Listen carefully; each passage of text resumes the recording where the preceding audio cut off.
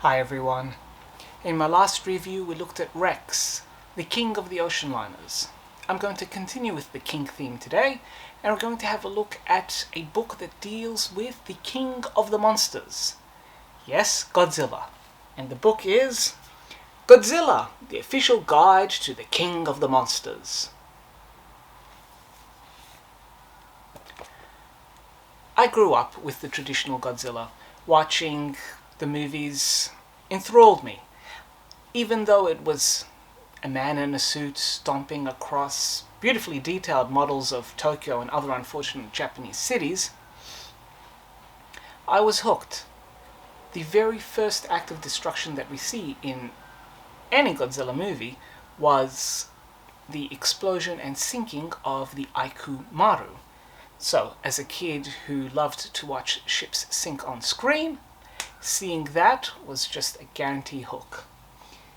And I do have a few bits of Godzilla around the house. There's also, I have chopsticks, and I have the movie set. But let's look at this book. Was done with the collaboration of Toho Studios, who granted the author, Graham Skipper, access to their library of archival photos, which feature beautiful pre-production, behind-the-scenes, and production shots of the Japanese Godzilla movies. Of course, this book doesn't just stop there. It looks at every Godzilla movie that has been made to date, and it includes its appearance in manga, television, and the odd other media. And for those who want something odd, may I recommend Bambi and Godzilla, a classic animated short, the link for which is below. If you haven't seen it, and just watch it. Depending on your sense of humor, just watch it. It's a classic. Back to the book. Graham Skipper details the history of every single Godzilla movie. And it focuses on the production history, the production crew, and the ideas that went into producing each movie, and the story that they wanted to tell. Through each movie and through each analysis, we get to see and appreciate the evolution of Godzilla, Gojira, and how it went from being a terrifying allegory of atomic destruction to being the protector of the Earth, and to its current title, King of the Monsters.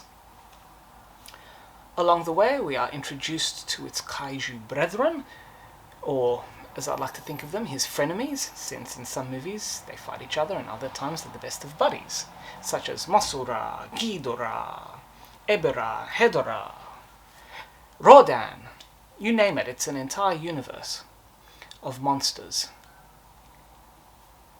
The highlight for this book are the beautiful photos that accompany each chapter that deals with each movie.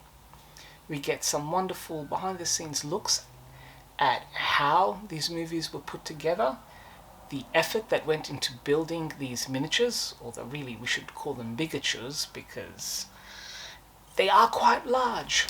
Depending on your level of knowledge, the trivia facts in here may be illuminating, or you may just roll your eyes and go, been there, known that.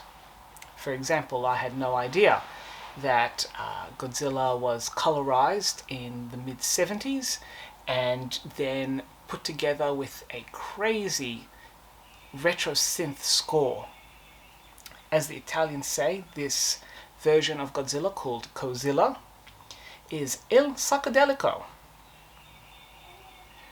And for me as well, another interesting tidbit of information was the poor actor who was playing Hedorah, which is a giant pollution monster, suffered appendicitis, and because it took too long to take him out of the costume, he had to have the operation done then and there, while still dressed up as Hedorah. If you continuously read Wikizilla and GodzillaIsland.com, gmail.com, then chances are this book won't have anything new for you. But if you're like me, that loves the movies and would crave just a bit more information about the context and the history behind each and every one of them, this is great to have. Bearing in mind that because this is the official guide, we're going to get the rosy, optimistic publicity side of everything, which has to be expected for an official history. My one gripe, though, is that the photos, we could have had a far more variety of photos, some more candid behind-the-scenes shots, some more shots of set construction or suits being put together, or being dressed up, being dressed down, being taken out. Mechagodzilla features quite a lot, and there's a point where you go, okay, there's only so many angles of Mechagodzilla that we can include. But again, that's a small gripe. But, variety of photos would have helped. If you are a fan of Godzilla, Gojira, and you like the movies, and you want some additional history about each and every one of them, this is great. It covers the lot. If, however, you are already a Gojira buff, then this book probably won't have anything new for you. So it depends on where you sit on the Godzilla knowledge spectrum. For me, there were some surprises in there, and I absolutely enjoyed the photos, although again, a variety would have been better. So I'm still happy with it. So I'm going to give this a 3.5 captain's hats. If you like the Godzilla movies, then do check out this book. It has some fun information. It is written in a beautiful, clear style, and some of the captions have a touch of humor, which makes for refreshing reading. And it's just a fun book to have. So there you have it. Next week we will return to more traditional fare, be it maritime aviation, whatever. So until next time, enjoy and happy reading, everyone.